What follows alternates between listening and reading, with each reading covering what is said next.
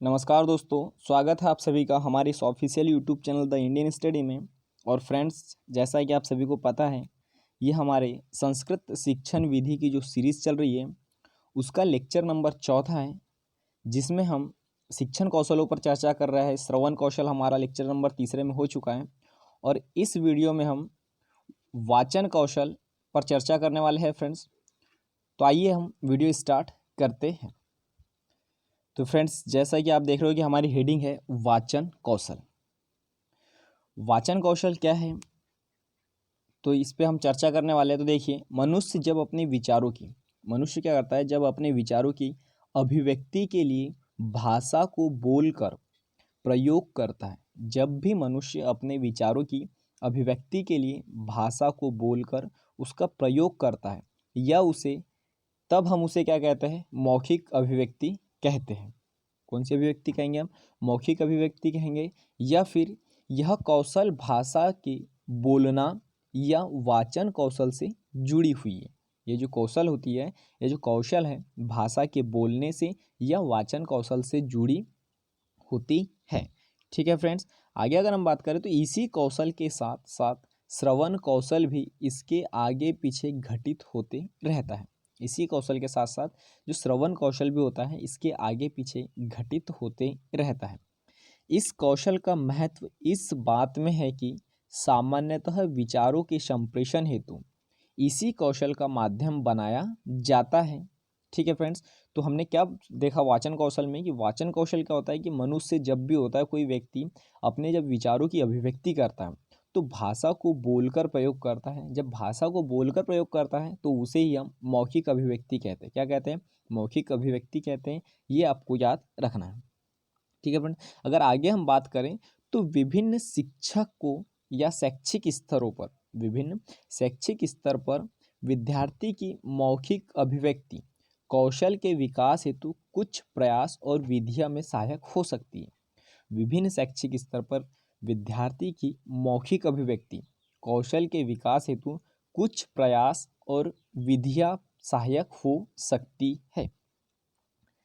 आगे अगर हम देखें तो शिक्षक स्वस्वर वाचन का श्रवण कौशल के विकास हेतु प्रयोग करता है। ये बहुत इंपॉर्टेंट लाइन है और आपको यहाँ नोट करना चाहिए इस लाइन को कि जो शिक्षक है स्वस्वर वाचन का श्रवण कौशल के विकास के लिए प्रयोग करता है। मौखिक कौशल के लिए यह विधि सहायक होती है। जो मौखिक कौशल है उसके लिए वाचन कौशल विधि जो होती है सहायक होती है। शिक्षक पाठ्य पुस्तक के स्वस्वर पठन के पश्चात विद्यार्थियों का उसका अनुकरण करने हेतु प्रोत्साहित करता है। शिक्षक जो होता है पाठ्य पुस्तक के स्वस्वर पठन के लिए, पाठ्य पुस्तक को पढ़ने के लिए विद्यार्थियों का उसका अनुकरण करने के लिए शिक्षक उन्हें प्रोत्साहित करता है। ठीक है फ्रेंड्स, आगे अगर हम बात करें तो प्रश्नोत्तर विधि भी जो होती है श्रवण और वाचन दोनों कौशल के विकास के लिए बहुत अवसर प्रदान करती है।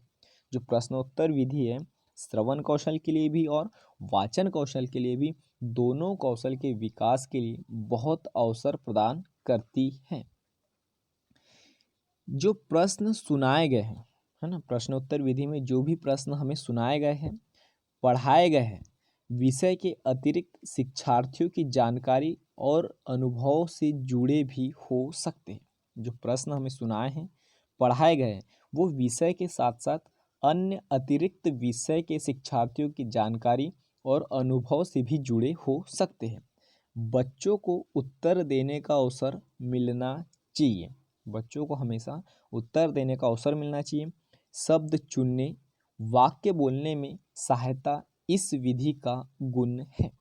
शब्द चुनने, वाक्य बोलने और सहायता जो होता है इस विधि का गुण होता है। कौन सी विधि का? तो वाचन विधि का। उत्तर की लंबाई शिक्षक निर्धारित करता है। जो प्रश्नोत्तर होता है उनके उत्तर की जो लंबाई होती है वो शिक्षक निर्धारित करता है।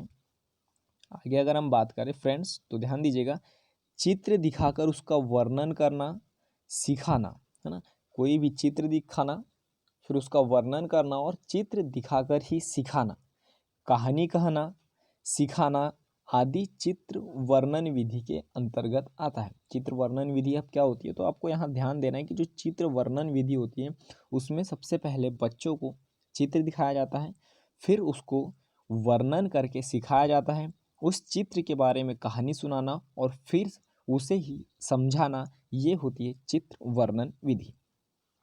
अन्य विधि में शिक्षक शिक्षार्थियों को कहानी सुनाता है और उन्हें सुनाने के लिए कहता है। जो अन्य विधि है उनमें शिक्षक जो होता है शिक्षार्थियों को, जो बच्चे होते हैं स्टूडेंट होते हैं, उनको कहानी सुनाता है और उन्हें सुनाने के लिए कहता है। जो शिक्षक ने बोला वही रिपीटेड करने के लिए बोलता है। इससे बच्चों के क्रमबद्ध स्मरण क्षमता का विकास होता है। अब स्मरण क्षमता का विकास कैसे, जब शिक्षक ने कोई शिक्षार्थियों को कहानी सुनाई, बच्चा उसे ध्यान से सुनेगा तो उसकी स्मरण क्षमता का विकास होते रहता है और फिर बच्चे को वही कहानी सुनाने के लिए शिक्षक प्रेरित करता है। काव्य एवं भाषा प्रतियोगिता भी वाचन कौशल के विकास में महत्व रखती है। जो काव्य है और भाषा प्रतियोगिता भी वाचन कौशल के विकास में महत्व रखती है। यह विधि अधिकतर उच्च स्तर के विद्यार्थियों के लिए उपयुक्त रहती है। यह विधि जो होती है उच्च स्तर के विद्यार्थी के लिए उपयुक्त रहती है। यह गद्य पद्य याद कर सही स्मरण शक्ति के आधार पर भी प्रयोग में लाने की क्षमता बढ़ाती है। तो ये जो विधि है ये गद्य पद्य याद कर सही स्मरण शक्ति के आधार पर प्रयोग में लाने के लिए भी स्मरण क्षमता बढ़ाती है। ठीक है फ्रेंड्स, आगे देखिएगा, घटना वर्णन या अनुभव पर चर्चा हर स्तर के बच्चों के लिए बहुत सरल एवं रुचिपूर्ण कार्य रहता है। साथ ही यह वाचन कौशल के विकास की सबसे उपयुक्त विधि है। ये बहुत महत्वपूर्ण लाइन है कि वाचन कौशल के विकास की सबसे उपयुक्त विधि यही है, क्योंकि यह संदर्भ में भाषा प्रयोग, विचारों का सही अभिव्यक्ति, सबसे बेहतर उदाहरण, मैंने क्या देखा, आप पर क्या बीती जैसे विषयों पर निरंतर अंतराल में कक्षा में चर्चा की जा सकती है वाचन कौशल विधि के सहायता से। आगे अगर हम बात करें तो कक्षा के अंदर व बाहर भाषा शिक्षक तथा विद्यार्थी के बीच अनौपचारिक बातचीत से बच्चों में झिझक खुल जाती है। कक्षा के अंदर व बाहर भाषा शिक्षक तथा विद्यार्थी के बीच जो अनौपचारिक बातचीत होती है उससे बच्चों में झिझक खुल जाती है, आत्मविश्वास बढ़ता है और अत्यधिक भाषा प्रयोग हेतु प्रोत्साहन भी मिलता है। इसे शब्द भंडारण और वाक्य विन्यास दोनों में ही साक्षात्कार भी होते रहता है। ठीक है फ्रेंड्स, तो ये लाइन आपको यहाँ पर याद रखनी है। भाषा भी मौखिक अभिव्यक्ति को सुदृढ़ करने हेतु एक महत्वपूर्ण साधन है। भाषा भी मौखिक अभिव्यक्ति को सुदृढ़ करने हेतु एक महत्वपूर्ण साधन है। शिक्षार्थियों को अपने ज्ञान एवं रुचि के अनुसार उपयुक्त शीर्षक देकर भाषा देने के अवसर मिलने चाहिए।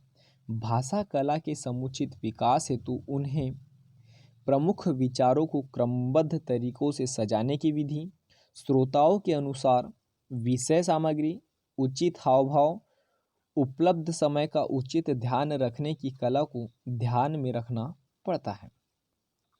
आशु भाषण भी इस कौशल के विकास के लिए एक सशक्त माध्यम है। इसके द्वारा शिक्षार्थियों की भाषा के दौरान शीघ्र तर्क करने की योग्यता का विकास भी होता है।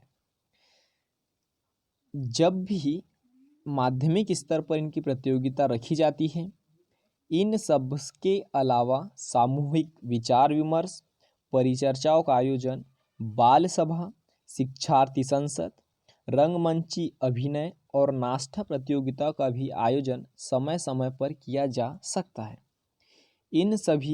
इन सब से सही हाव भाव, उतार चढ़ाव, लय, प्रभावी शब्दावली के इस्तेमाल के भरपूर और रुचिपूर्व अवसर मिलते रहते हैं। तो फ्रेंड्स, आज की इस वीडियो में बस इतना ही। बने रहिए हमारे इस YouTube channel the Indian study के साथ। अगर आपको यह वीडियो पसंद आया है तो लाइक कीजिए और सब्सक्राइब कीजिए। जय हिंद, जय भारत।